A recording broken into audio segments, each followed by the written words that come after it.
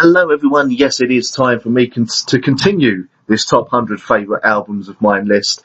Sorry it's taken a while for me to get round to this. I've been kind of busy trying to find a job, and there's been a lot of new releases that have come my way that obviously want to get the reviews out for you guys to know whether those albums are worth checking out or not. But yeah, let's get back into this today. We've got to be doing 79 to 70, so let's get back into this, shall we? In at number 79, the album that got me into death metal, pretty much single-handedly, it is, of course, the one, Cannibal Corpse, with their fourth album, The Bleeding. What can I say about this album? This is the album that made me realise that death metal has always got that underlying groove and is very much riff-based. Yeah, the vocals do take a bit of getting used to for people who've never listened to death metal before, but this is probably one of the more, how can I play it, more commercial kind of releases for Cannibal Corpse. Not that it's exactly them doing pop songs or anything, but the riffs are there, the groove is there. The songs actually, strangely enough, are catchy as hell, and even more so than any other Cannibal Corpse release up until this point. You can almost fully understand what Chris Barnes' vocals are actually saying. But apart from that, this has got some classic songs on it. And one of my favourite Cannibal Corpse, and indeed death metal songs of all time, Stripped, Raped and Strangled, which, as you can guess, is a lovely, lovely ballad. No, it's the riff, to be honest with you. Once you hear the riff to that song, you get incredibly stuck with it in your head for the rest of possibly the month. So, yes, in at number 79, Cannibal Corpse and The Bleeding.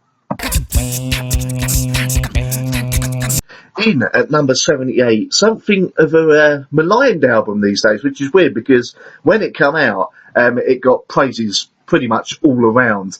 It is, of course, Machine Head and The Burning Red. Now, admittedly, the follow-up to this Supercharger wasn't an amazing album, but it definitely deserved a bit more praise than it actually got. Admittedly, they did release the video Crashing Around You, which kind of, along with the lyrics, the video involved a person in a room with images of burning buildings around them. Unfortunately, for the band at the time, that was indeed released about 2-3 days before the September 11th attacks. So, unfortunate timing of world events there for the band. But with this album, I mean, you've got some absolute classics on here. You've got From This Day on here. You've got The Blood, The Sweat, The Tears, which I believe the band is still playing live today. And you've got the incredibly emotional and something that I feel Rob Flynn, the lead vocalist, needs to get out of him. Although it's very heavily Korn-inspired, the song. Five. I mean, you listen to that song and it has the same kind of effect that Daddy by Korn on the very first album had. So, yes, 78 is Machine Head and The Burning Red. Honestly, ignore the fact that, yes, he is rapping more than usual, but you go back and listen to earlier Machine Head, there's always been rapping in there. They've always said they've had that hip-hop influence. Even today, they kind of have a little bit of a rapping style every now and again. But this is, ignore all the magazines and all that saying about how this album hasn't aged well. It's still a fantastic album. I don't care what anyone says. Go back, listen to it, love it. And if you've never listened to it before, approach it with an open mind, because it's not just pure thrash. It is a bit of a nu metal influence in there, but you know what? I love my nu metal. So there you go. 78, Machine Head, The Burning Red. In at number 77 is something that I'm going to say, probably a controversial statement for some, but Nirvana's In Utero, best Nirvana album. Simple as that. I love Bleach as well, but some of the songs on there were a bit lacking. Nevermind, obviously, it's the album. It's, Nevermind is the massive album that got them popular, has Smells Like Teen Spirit and all that. But you know what? You go back and you listen to Nevermind, and then you listen to In Utero. In Utero, just for me, gels better as an album, and it's got some proper raw emotion on there, whereas Nevermind, it's not that it's soulless or anything. Obviously, Kurt Cobain's lyrics have always been fantastic. He's always had that fantastic passion in there, but In Utero, there's just that extra level of, you could tell the band were kind of unsure how to take fame, as it were, especially Kurt Cobain, and you could tell that raw emotion, that raw anger, at the record labels and all that, expecting him to go out and write another Nevermind and become another kind of soulless corporate shill, as it were. It all comes out in the lyrics here. Also, you've got songs like Heart the Shape Box, one of my favourite songs, Serve the Servants, Sentenced Apprentice, possibly one of the heaviest songs Nirvana ever did. This is just a primal kind of cry from Kurt Cobain. Unfortunately, the last album they ever released for obvious reasons, but yeah, you could tell this was Nirvana in extremis. So there you go, number 77, Nirvana in utero, best Nirvana album. In at number 76, a band that, if you're from the UK, there's no way you can do an entire list without this album on it.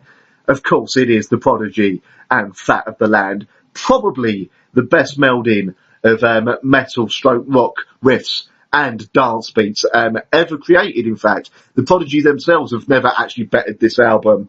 It may be 20 years old now, this album. Christ, I'm feeling really old now. But it still holds up. It's still got absolutely timeless classic songs on here, and that the band is still playing live. I mean, you've got, obviously, Smack My Bitch Up, you've got Firestarter, you've got Breathe, one of my favourite The Prodigy songs. And it was a massive kind of leap in the sound of the band at the time as well. Before, they had been very much part of that early 90s, mid-90s kind of rave culture, as it were. And they've done some fantastic material then, stuff like Charlie and Out Space. But The Prodigy, Fat of the Land, this was the one that took them into the big leagues, as it were, and started a massive wave of difference in the music industry, sent ripples throughout the music industry, as it were, because if you're a dance band, you're not supposed to be doing this. You're not supposed to have these kind of punk or rock or metal riffs come in as well. You know, that wasn't done at the time. Whereas now, obviously, we've got bands like Korn collaborating with dubstep. We've got excellent bands like Baby Metal, Crossfaith, bringing in those dance beats as well. This also helped influence another fantastic band from the UK that sadly didn't get as big as The Prodigy, but should have done, which is, of course, Pitch Shifter. But anyway, yes, number 76, The Prodigy, Fat of the Land, still sounding as fresh now as it did when it came out back in 1997. In at number 75, the album that made me a Radiohead fan for life, and indeed the first full Radiohead album I ever heard, OK Computer. The impact this album had on indie and the music scene in general cannot be understated. Now, I'm still a massive Radiohead fan now, even though they sound nothing like this album anymore. But this album, I mean, as soon as they released Paranoid Android, people knew this was something different. Then we got Karma Police. I was going to say Karma Killer, then that's Cycle Fly. Karma Police and some other classics as well. And the whole album is just that underlying sense that something is wrong that a lot of goth and metal bands do, but this was an indie band doing it. And back then, a lot of indie bands were still in that kind of Britpop, Britrock kind of thing that thankfully Radiohead avoided being lumped in with. But this album still stands up today, obviously. I've got to say that. Hasn't aged at all, in fact. If anything, it's probably more relevant now with the political parties and all that we've got in office here in the UK. And over in America's there with your lovely, lovely man, stroke hairpiece known as Trump. But yeah, the whole album is just an exercise in genius. Radiohead just seem to know what they're doing. They are essentially the tool of the indie business. And then Coldplay come along and made a career out of ripping off one of the songs from the previous album, The Bends. Kept ripping off, what was it, Street Spirit, Fade Out, again and again, and made an entire career out of that, and got many awards for it. And lots of people like Coldplay. I think they're a bunch of utter cunt. In at number 74, a band who, my God, why did this band not get big? Why did this band not, take off? Snake River Conspiracy and Sonic Jihad, with the incredibly lovely vocals of Toby Torres, who went on to do nothing after this band, sadly.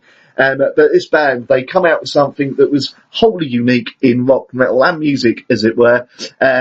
It's hard to describe, to be honest with you. It's kind of kind of what the Prodigy were doing in a way, but nothing like it in another way. It was very, very electronics based, with obviously riffs in there. There's a couple of covers on this album as well. They covered the Cure's Love Song and the Smiths' How Soon Is Now, which was a single as well. Go check it out on YouTube after you've watched this video.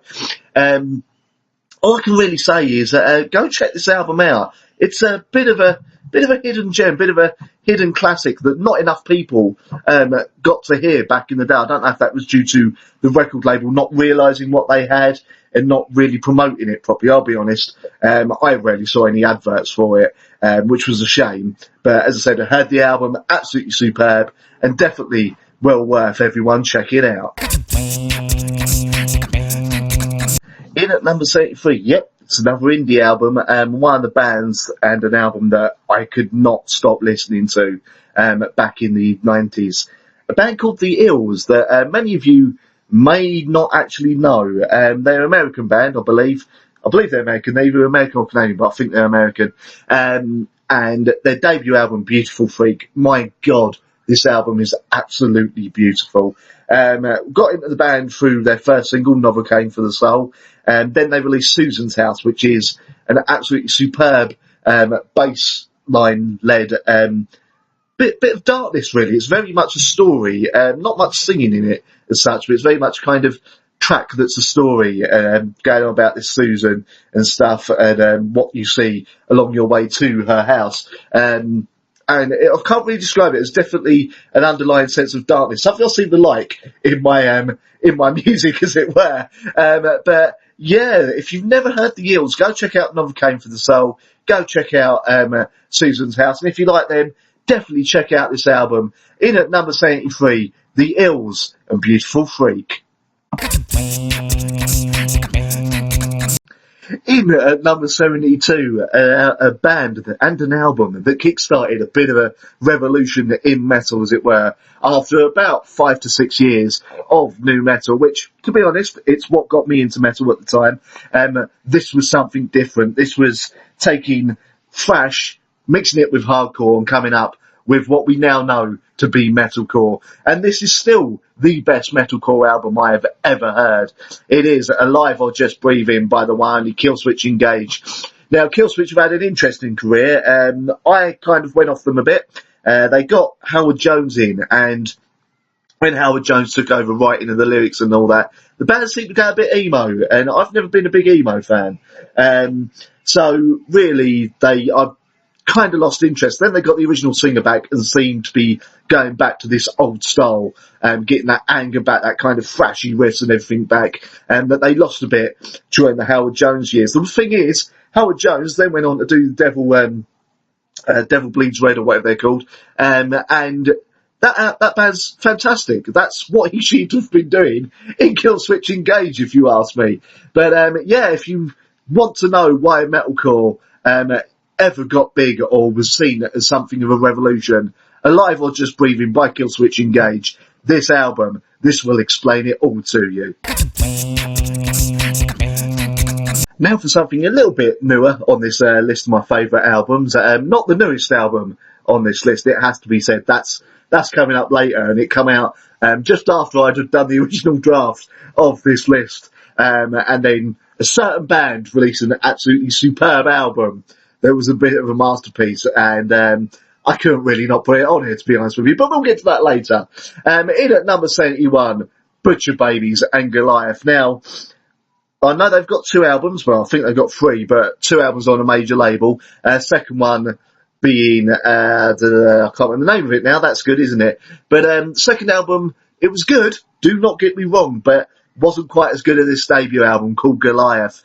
This is the album that has Magnolia Boulevard on it, absolutely superb song, along with Gasoline and I Smell a Massacre, which is another absolutely superb pit starter. Sadly, never seen the band live, so I can't say what their live show is like, but hopefully that will change soon. I can get to interview the band for my radio show. But if you've never heard Butcher Babies, go check them out on YouTube. Give them a listen. If you like what you hear, go grab this album, Goliath by Butcher Babies, in at number 71. And finally, at number 70, one of the first black metal albums I ever bought, even though a lot of people would argue now whether they were black metal ever or anything, but I'd say they were back then. Very much, probably one of the most commercial black metal albums, I will fully admit this. It's Cradle of Filth and Midian. I got into them through the song Her Ghost in the Fog, as I'm sure many people did back in 2000, 2001. And then I bought this album, and one of the first things I heard was the one and only Doug Bradley, who plays Pinhead in the Hellraiser series of horror films. And those are my favourite horror films ever. The Pinhead character is also one of my favourite horror villains ever. So, you know, I knew I was off to a good start. Thankfully, even though Danny Field's vocals do take a bit of getting used to for some people, I was fine with them from the start. I don't know, maybe you're just like weird vocals, as it were. But once you get over the vocals, if you are having issues taking it seriously or anything, you realise how tight and how amazing this album is. Yes, like I said, it is the most commercial, probably one of the most commercial black metal albums ever created. But that doesn't stop it from being good. They just knew how to infuse those catchy riffs, those catchy choruses and all that, into the heaviness of black metal.